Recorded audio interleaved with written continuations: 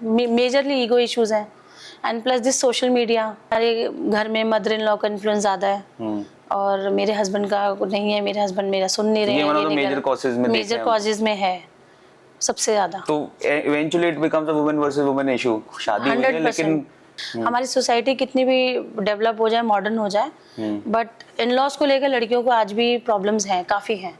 Court is not a happy place, वहाँ पे आप स्टैंड नहीं कर सकते हो। मेन के मेजर कॉजेस क्या क्या है केसेस के लिए? मेजर कॉज अडल्ट्री रहता है मेन का। जितने ज्यादा मैट्रिमोनियल हैंडल करे होंगे उतना ज्यादा आपको केस। आपने कितने हैंडल कर लिए होंगे? I think 50-60। तो आप तो एक बहुत बड़ा वास्ट एक्सपीरियंस हो गया इन केसेस में। मेजर कॉजेस आपको क्या लगे होंगे? ये केसेस क्यों आते हैं? क्या मेजर रीजंस की वजह से आते हैं? फ्रिक्शंस, आपस में पेशेंस नहीं है अभी। फ्रिक्शंस काफ़ी ज़्यादा हैं क्योंकि लड़का और लड़की दोनों इक्वल फुटिंग पे हैं, दे आर ऑल्सो वर्किंग दोनों। तो दोनों की झगड़ा होता है कि ये काम, पहले रिस्पॉन्सिबिलिटीज़ डिवाइडेड थी, अभी रिस्पॉन्सिबिलिटीज़ इक्वल शेयर करनी पड़ती है। तो काफ़ी ज़्यादा यही है, ईगो इश्यूज़ हैं, मेजरली ईगो इश्यूज़ हैं and plus this social media. What I think is, क्योंकि अभी अडल्ट्री जो पहले हम बोलते थे, अडल्ट्री सबसे ज़्यादा होने लगी बिकॉज ऑफ सोशल मीडिया। तो अब दोनों जगह से ये प्रॉब्लम है। और in-laws of course major cause हैं, इन-लॉज मेजर कॉज होती हैं कि आज भी हैं। किसकी साइड से, मतलब मेन की साइड से इन-लॉज मेजर कॉज होता है, वुमेन की साइड में? आई थिंक वुमेन की साइड से वुमेन की साइड से ज़्यादा होते हैं कि उनको लगता है कि हमारे घर में मदर इन लॉ का इन्फ्लुएंस ज़्यादा है और मेरे हस्बैंड का नहीं है, मेरे हस्बैंड मेरा सुन नहीं रहे हैं, ये मेजर कॉजेज में है सबसे ज़्यादा। तो eventually it becomes a women versus women issue. शादी हुई है लेकिन वुमेन वर्सेस वुमेन इशू होता है, विमेन वर्सेस विमेन ही है। बट मैट्रिमोनियल अभी मदर इन लॉ का है, ऑफ कोर्स इन लॉज वाला आज भी वही प्रॉब्लम है, ऐसा नहीं है। हमारी सोसाइटी कितनी भी डेवलप हो जाए, मॉडर्न हो जाए, बट इन लॉज को लेकर लड़कियों को आज भी प्रॉब्लम्स हैं, काफी हैं। और आपने क्या क्या ऐसी प्रॉब्लम देखी होंगी? कोई आपको स्पेसिफिक कुछ 3-4 प्रॉब्लम देखी हो जो आप भी कभी आपके पास केस आया, आपने सोचा हो कि ये क्या चल रहा है, मतलब this could be solve very quickly और बहुत नॉर्मली सॉल्व है, तो बहुत मेजर केस भी नहीं है किसी डाइवोर्स नहीं, अभी रिसेंटली हम एक केस कर रहे हैं, उसमें कोई इशू नहीं है, सिर्फ एक घर को लेके लड़ाई है कि जो हस्बैंड वाइफ है, सोसाइटी में एक घर ले लिया है और अब हस्बैंड को भी वही चाहिए क्योंकि उसने बाय करा है। वाइफ ने कहा मैं इस घर को छोड़ के नहीं जा सकती, मैं मैट्रिमोनियल हाउस में नहीं जाऊंगी। दोनों को बच्चों से बच्चा नहीं चाहिए, दोनों को साथ नहीं रहना, लेकिन घर चाहिए। इफ गिवन अ चॉइस, तो दोनों की प्रॉब्लम ये है कि ये घर मुझे मिल जाना चाहिए, इस वजह से डिवोर्स केस चल रहा है। तो उनको डाइवोर्स केस कर रहे हैं जस्ट बिकॉज उन्हें घर चाहिए? उन्हें घर चाहिए क्योंकि हस्बैंड को लगता है कि ये घर मैंने डाउन पेमेंट करी, I am paying the instalment, तो ये घर मेरा है। वाइफ को ये लगता है कि मैं ऐसी जगह पे नहीं रहूंगी जो मेरे स्टैंडर्ड का नहीं है, तो ये घर में मुझे रहना है, मैं जाना नहीं चाहती। घर को लेके डिवोर्स केस चल रहा है, बहुत छोटा कॉज है ये तो। कुछ एक कॉज और है, हाँ, लास्ट हमने 2-3 केसेस में ये देखा था कि जैसे जो सिंगल गर्ल चाइल्ड्स हैं, हस्बैंड सपोर्टिव नहीं होता कि अपने पेरेंट्स के लिए लड़कियां ज़्यादा क्यों कर रही हैं, और उनका ये होता है कि मेरा मतलब I am earning, if I am the only one, उनका जो भी बच्चा है, तो अगर मैं उनको पे कर रही हूँ तो तुम्हें प्रॉब्लम क्या है। इस ईगो के ऊपर भी झगड़ा बहुत होता है। तो आप ये रिजॉल्व कैसे करते हो कि मतलब आप कोई मैं आपके पास कोई केस लेके आया हूँ अपनी प्रॉब्लम का कि मुझे ऐसे ऐसे बात है, तो व्हाट फर्स्ट इशू क्या होता है कि आप सोचते हैं कि हम इस इशू को मीडिएशन से सॉल्व करने की कोशिश करें कि इशू नहीं, या इशू को बढ़ाएं? क्या हो रहा है, मतलब कि एज अ लॉयर कैसे आप उसको ट्रीट करते हो? नहीं, you are talking about matrimonial और मैट्रिमोनियल? मैट्रिमोनियल में पहले हम काउंसलिंग करते हैं, अगर specially if girls are coming to us, तो पहले हम उसको रेडी करते हैं, वी प्रिपेयर कि एक्चुअली में तुम्हें डिवोर्स चाहिए या नहीं चाहिए, क्योंकि court is not a happy place, वहाँ पे आप स्टैंड नहीं कर सकते हो। अगर क्योंकि क्रॉस एलिगेशंस बहुत सारी होती है, अगर लड़की पहले से प्रिपेयर्ड नहीं है तो वीक हो जाती है, लड़का इतना वीक नहीं होता, बट लड़कियां जल्दी वीक हो जाती है, तो उनको काउंसलिंग काफी टाइम तक करनी पड़ती है टू प्रिपेयर। और काफी सारी यही होता है कि जैसे हमने अभी पीछे भी काफी 3-4 हमारे मैटर्स से हमने कोशिश करी कि पहले अपने आप में मीडिएशन के थ्रू आप सॉल्व करके देखो, अगर नहीं होता है देन विल सी कि क्या कर सकते हैं। तो अगर उनका सॉल्व हो जाता है आपस में तो बहुत अच्छी बात है, देन वी एडवाइज देम कि म्यूचुअल कंसेंट ले लो। बट अगर लगता है कि म्यूचुअल कंसेंट चांसेस नहीं है, तो फिर ऑफ कोर्स फिर तो लिटिगेशन के लिए आपको उसी हिसाब से केस प्रिपेयर करना पड़ता है। डोमेस्टिक वायलेंस है, डाउरी है, जो भी मांगा होता है, जो भी रीज़न होता है, then we go ahead with that. But majorly कोशिश करते हैं काउंसलिंग पहले। एक और चीज हम बहुत ज्यादा प्रेवलेंट आजकल देख रहे हैं कि everyone is saying the law is tilted towards women. अगर ये केस हो रहा हो, एलिमनी का केस हो रहा हो, तो law is tilted towards women, कि बहुत ज्यादा लोग सिर्फ शादी और सारी एलिमनी के हिसाब से सोच के करने लगे हैं। क्या ये ट्रू है बात? अगर लॉ के हिसाब से अब नहीं है, अब नहीं है। अब नहीं है। जजेस actually are not tilted towards women. अब लड़कों को भी मेंटेनेंस मिलती है। If a boy is not earning और लड़की अच्छी क्वालिफिकेशन है and she is on a good post, तो अब हस्बैंड को भी मेंटेनेंस मिलती है।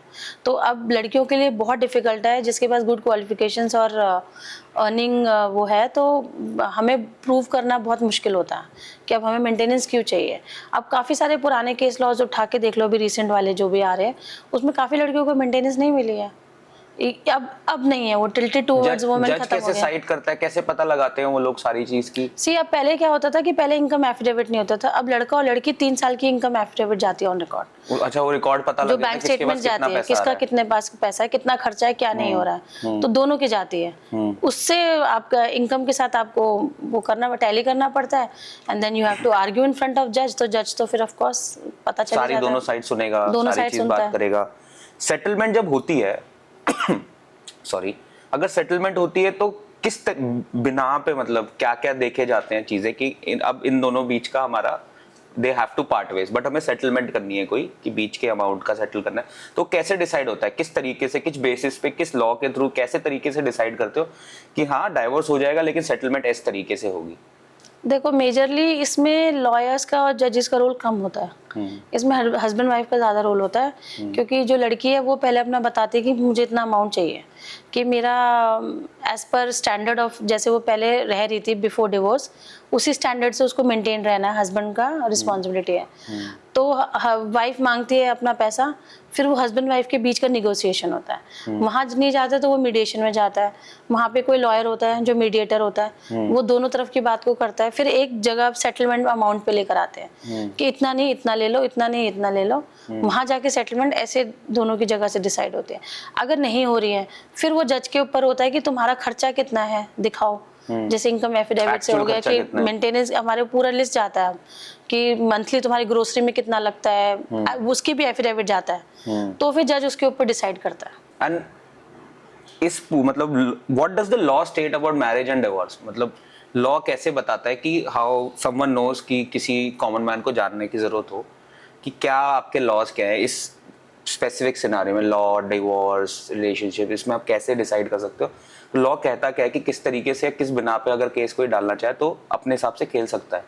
वो तो फिर लॉयर ही बता सकते हैं, तभी तो लोग लॉयर्स के पास आते हैं। बट हर किसी का केस डिफरेंट होता है, हर किसी की स्टोरी डिफरेंट होती है, तो ये कोई यूनिवर्सल लॉ तो है नहीं जो अभी एकदम से बता देंगे इसमें राइट्स आपके ही हैं, इसमें राइट्स ही हैं। हर केस डिफरेंट होता है, तो आप लॉयर के पास आते, लॉयर आपको सब रेमेडीज बताएंगे कि क्या कर सकते हैं क्या। आपने कोई मेजर इश्यूज भी देखे हैं जो आपको लगा हो, सुन के भी ऐसा लगा हो कि हाँ ये तो केस में ऐसा होना ही चाहिए, they have to part ways, मतलब यहाँ मीडिएशन की जरूरत है, आपको फर्स्ट टाइम ही ऐसी चीज लग गई हो?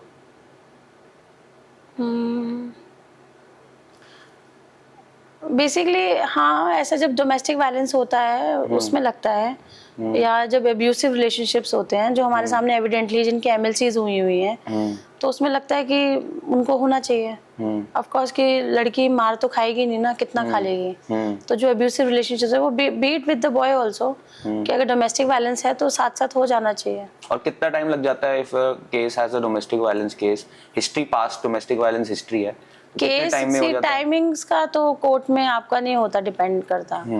आप नहीं बता सकते हो, 2 भी 3 भी 4 भी कुछ भी लग सकते हैं, क्योंकि आप एक केस फाइल करते हो, फिर उसको प्रूव करते हो डोमेस्टिक वायलेंस हुआ है, फिर जज अपने ऊपर लेता है, देन आपको डॉक्यूमेंट्स भी सारी चीजें होती है, फिर वो मीडिएशन में भेजते हैं, फिर एक ऑर्डर भी पास होता है, उसमें बहुत सारा है, फिर डेट्स लगती हैं, डेट्स के बाद कभी लॉयर छुट्टी पे चला जाता है, कभी दूसरा लॉयर छुट्टी पे होता है, कभी जज छुट्टी पे होता है, तो आप टाइम नहीं बता सकते हो, आप ये नहीं बता सकते हो कितना साल चलेगा।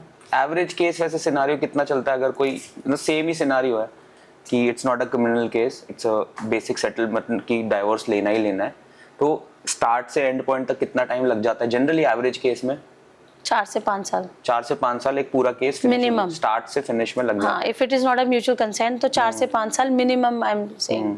एंड इतने सारे डाइवोर्स केसेस क्या बढ़ रहे हैं? आप मतलब अब पिछले रिसेंट ईयर्स में आप देख रहे हो कि बहुत ज्यादा बढ़ रहे हैं या बिल्कुल सिमिलर ही है जो पहले चल रहे थे? नहीं, अभी ज्यादा है, कितना? क्योंकि गर्ल्स को अपने राइट समझ आ गए हैं। तो अब क्या होता है कि जो मैट्रिमोनियल ज्यादातर जो केसेस आ रहे हैं वो गर्ल्स की तरफ से आते हैं। वो रिपोर्ट करने आते हैं कि अब हमें ऐसे नहीं रहना, वैसे नहीं रहना। कि पहले डोमेस्टिक वायलेंस भी होता था तो लड़कियां डरती थी बाहर जाने से कि नहीं बताना। अभी डोमेस्टिक वायलेंस होता है, अब्यूसिव होता है सोशल मीडिया पे। वैसे भी आप इतने राइट्स को लेकर अपने अवेयर हैं गर्ल्स अब कि वो जल्दी जाती हैं कि भाई मैं क्यों हैंडल करूं आपस में।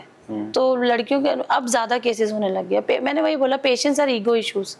और ये कैसे रेक्टिफाई कैसे कर सकते हैं? मतलब मैरिज समटाइम्स हम एक सेक्रेड वाव बोल रहे हैं और इतने सारे केसेस मतलब बहुत छोटी छोटी बातों पे भी लोग बोल रहे हैं कि we have to part ways. तो कैसे रेक्टिफाई, कैसे मतलब आप मीडिएशन भी करते होंगे कि चलो पहले देखते हैं कि ये एक्चुअली इनको पार्ट वेज करना भी चाहिए या नहीं करना चाहिए। तो कैसे रेक्टिफाई करती हो आप वो सिचुएशन को कि इनके रिलेशनशिप में बहुत बड़ी प्रॉब्लम तो है नहीं, अब हम इसको ना आगे बढ़ाने की वजह इसको अगर रिजॉल्व कर सकते हैं छोटे लेवल पे तो हम रिजॉल्व करते हैं। तो वो भी मतलब कैसे करते होगे आप? आपने इतनी सारी दोनों को बुला लेते हैं। अगर लगता है कि वो अप्रोचेबल है तभी मीडिएशन सेल्स बनाए हैं। जज भी एकदम इमीडिएटली हम वो जंप नहीं करते हैं कि आप डिवोर्स लो। जुडिशियल सेपरेशन का हमारे पास क्लॉज है। हम मीडिएशन सेल में रेकमेंड करते हैं। जजेस अपने आप बात करते हैं दोनों पार्टी से कि क्या ज़रूरत है, मतलब करना है नहीं करना है, झगड़ा पहले सुनते हैं। तो हम कोशिश तो यही करते हैं कि रेक्टिफाई हो जाए। काफ़ी छोटी छोटी इश्यूज़ है कि इसने मुझे ये कह दिया तो अब नहीं होगा, या कभी इसने मुझे अंडरस्टैंडिंग की, बेसिकली जो बेसिक अंडरस्टैंडिंग की कमी है आजकल हस्बैंड वाइफ्स में। कम्युनिकेशन नहीं है एक दूसरे के साथ। उसको लेकर काफ़ी लड़ाई है। उनको बैठकर जब हमारे पास आते हैं लॉयर्स तब उन्हें पता चलता है हमारे एक्चुअली इश्यूज क्या है। ऐसे हमारे पास अभी एक मैटर आया था, लड़की थी, उसके काफ़ी झगड़ा हुआ, उसको हस्बैंड ने मारा वारा, उसकी फैमिली इन लॉज ने काफ़ी मारा। फिजिकल हो गई थी बात? फिजिकल तक बात चली गई, एफआईआर की तक बात आ गई है। बट अब दोनों वो settled and she is expecting अब तो, क्योंकि उनके आपस में सेटलमेंट करा दी। लड़के ने अपनी गलती रियलाइज कर ली। कुछ लड़की में भी प्रॉब्लम थी, आपस में उनका सेटलमेंट हो गया। They are happy together now.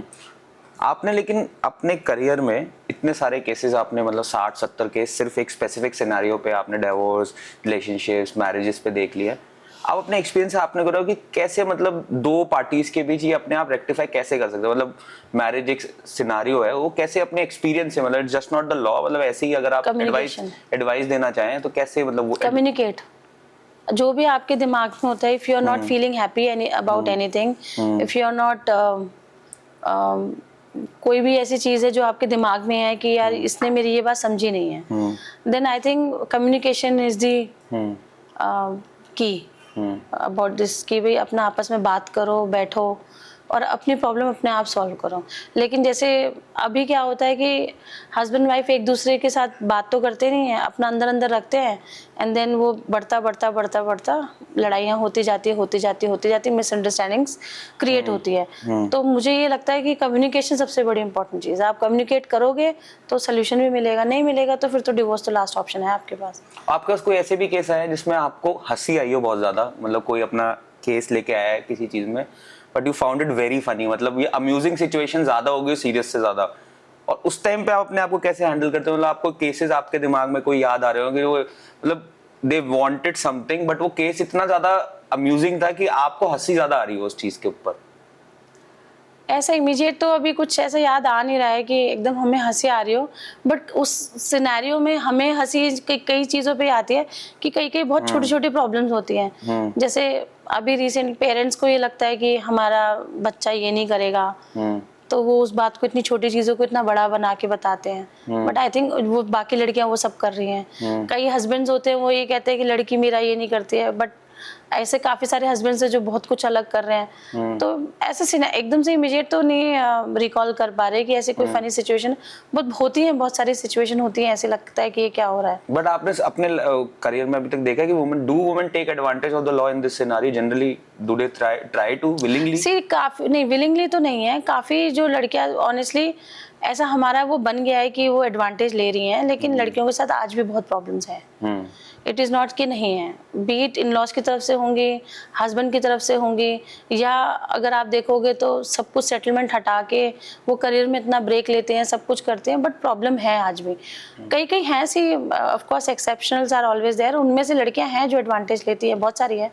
अभी हमने पीछे एक एमिटी वाला रेप केस का करा था मैटर, उसमें था हमारा कुछ इशू, हमें लग रहा था कि है, लेकिन चलो ठीक है, कई कई चीज़ों में एक्सेप्शनली होता है, बट ऐसा नहीं है अभी भी कि जो हमारे दिमाग में बना हुआ है कि लड़की एडवांटेज ले रही है। ऑफ कोर्स वो डराने के लिए तो लेती है कि भाई लोग डरेंगे, वो ठीक है, लेकिन ऐसा नहीं है कि लड़कियां विलिंगली डिवोर्स लेना चाहती हैं, उनके साथ प्रॉब्लम्स हैं काफ़ी। और मेंस के थ्रू आपके केसेस में आए, कोई आपके पास आया हो, बोले कि मुझे I want divorce with her, but ऐसा ऐसा केस है, वो क्या मतलब कॉजेस, उस मेन के मेजर कॉजेस क्या क्या है केसेस के लिए? मेजर कॉज अडल्ट्री रहता है मेन का, और वुमेन का मेजर कॉज क्या रहता है? मेजर हाँ, वुमेन का रहता है कि अंडरस्टैंडिंग नहीं है, अब्यूसिव है, इन लॉस मेजर है, इन लॉस की वजह से प्रॉब्लम है, लड़का सुनता नहीं है, ये नहीं होता है, वो नहीं होता है, उसके बहुत सारे तो अगर डिफरेंशिएट करें मेन और वुमेन वाले केसेस में, मेन की सिर्फ एक ही प्रॉब्लम है, वुमेन की 5 6 7 8 प्रॉब्लम्स होती हैं, मतलब, और वो भी लेयर्ड प्रॉब्लम्स है, मतलब ऐसा नहीं है। लेयर्ड प्रॉब्लम्स हैं ऑफ कोर्स, क्योंकि वो अपने घर से दूसरे घर जा रही हैं, एक्सपेक्टेशंस कुछ और होती हैं, बट इन लॉज भी सोचते हैं कि ऐसे ऐसे हैंडल कर लो, सपोर्टिव नहीं है, तो वहाँ से एक मेजर प्रॉब्लम शुरू हो जाती है, फिर हस्बैंड सपोर्टिव नहीं है तो दूसरा प्रॉब्लम, फिर घर की रिस्पॉन्सिबिलिटीज, फिर करियर में ब्रेक, वो फ्रस्ट्रेशन होते होते होते होते it reaches to somewhere else. Major problem सिर्फ एक अडल्ट्री रहती है, ज्यादातर 90% ऑफ द केसेस, कि ऐसा बहुत कम केसेस हमारे पास आए हैं कि लड़की रिस्पॉन्सिबल नहीं है या अब्यूसिव है। गर्ल्स अभी तक ऐसा कुछ मेजरली हमारे पास नहीं आया कि लड़की बहुत अब्यूज करती है। ऑफ कोर्स आप बनाने के लिए तो कुछ बना लो, बट मेजरली लड़के तभी आते हैं जब उनकी कुछ ऐसा होता है कि लड़की, girls are involve somewhere else, तो उनका इशू। और आपका सबसे चैलेंजिंग केस कौन सा रहा होगा, कोई आपको याद होगा कि हाँ इसमें बहुत ज्यादा सोचना पड़ा था, परम्यूटेशन कॉम्बिनेशंस निकालने पड़े थे? मैट्रिमोनियल में जनरल सेंस में भी देखो, मैंने वही बताया था, जो हमने रेप केस करा था उसमें हमने काफ़ी रिसर्च करी थी, वो हमारे लिए बड़ा मुश्किल केस था, क्योंकि एविडेंटली उसमें लग रहा था कि ये है, बट हमने काफ़ी रिसर्च करा था, लड़के को एक्विटल दिलाया हमने फाइनली। वो हमारा बहुत डिफिकल्ट केस था, हमारा पूरे ऑफिस ने उस पर बहुत रिसर्च, बहुत काम किया था, और एटलीस्ट 2 to 3 years हमें उस मैटर पे लगे थे। We were dedicated to that matter. एक हमारा लास्ट सेगमेंट होता है जिसमें वी आस्क एवरीवन कि अगर आपको कोई भी एडवाइस देनी हो किसी को भी, random, it could be anything about career, life, जैसे अभी हमने एडवाइस दे रहे थे मैरिजेस के ऊपर, किसी चीज के बारे में, मनी, ड्राइविंग, किसी चीज के बारे में जो आपके फर्स्ट हो कि ये मैंने अपनी लाइफ के एक्सपीरियंस से सीखा है और मैं किसी को सिखाना चाहूंगी या मैं किसी को शेयर करना चाहूंगी, तो वो क्या होगी? मतलब एक मोटो, लाइफ का एक्सपीरियंस, एडवाइस। मुझे ये लगता है कि आजकल के टाइम के हिसाब से girl should be independent and financial independence. But financial independence का मतलब ये नहीं है कि आप अपने पर्सनल रिलेशनशिप्स के ऊपर काम मत करो and you are totally focus on your finances. आपको बैलेंस करना बहुत ज़रूरी है, क्योंकि मुझे ये लगता है कि जो अभी मैं आसपास अपना एनवायरनमेंट देख रही हूँ, गर्ल्स का बहुत मेजर रोल है, उनको सपोर्ट नहीं मिल रहा। अगर उनको अच्छा सपोर्ट मिलेगा दोनों तरफ से, तो वो अच्छा काम भी करेंगे और वो घर का भी अच्छा कर सकते हैं। तो आई थिंक सबसे मुझे मेजरली ये लगता है कि जो मैट्रिमोनियल काफ़ी ज़्यादा बढ़ गया है। सी और केसेस, मर्डर पहले भी बहुत होते थे, रॉबरीज भी पहले भी बहुत होती थी, और ये तो छोटे मोटे केसेस है, रेंटल, एविक्शन, सिविल रिकवरी, ये एक ऐसी चीज़ है जो शायद 100-150 सालों से चल रही है। जो आजकल मेजर इम्पैक्ट कर रहा है वो पर्सनल रिलेशनशिप्स की वजह से मैट्रिमोनियल को हैम्पर कर रहा है। मैट्रिमोनियल अगर हैम्पर हो रहा है तो I think as a team husband wife काम नहीं कर पा रहे, तो आई थिंक दोनों को काम करना बहुत इंपॉर्टेंट है।